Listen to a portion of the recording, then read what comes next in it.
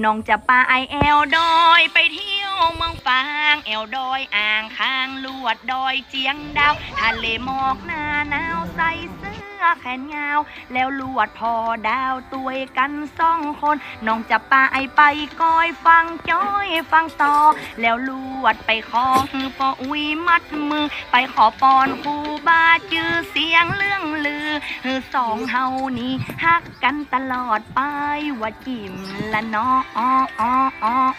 น้องจะไปก้อยไปเที่ยวเมืองฟางแอวดอยอ่างค้างลวดดอยเจียงดาวพอทะเลหน้าหนาวใส่เสื้อแขนยาวแล้วลวดพอดาวตัวยกัน2 คนน้องจะไปก้อยฟังจ้อยฟังซอแล้วลวดไปขอปออุ้ยมัดมือไปขอปอนครูบาตีจื้อเสียงเรื่องลือ2 เฮานั้นฮักกันตลอดไป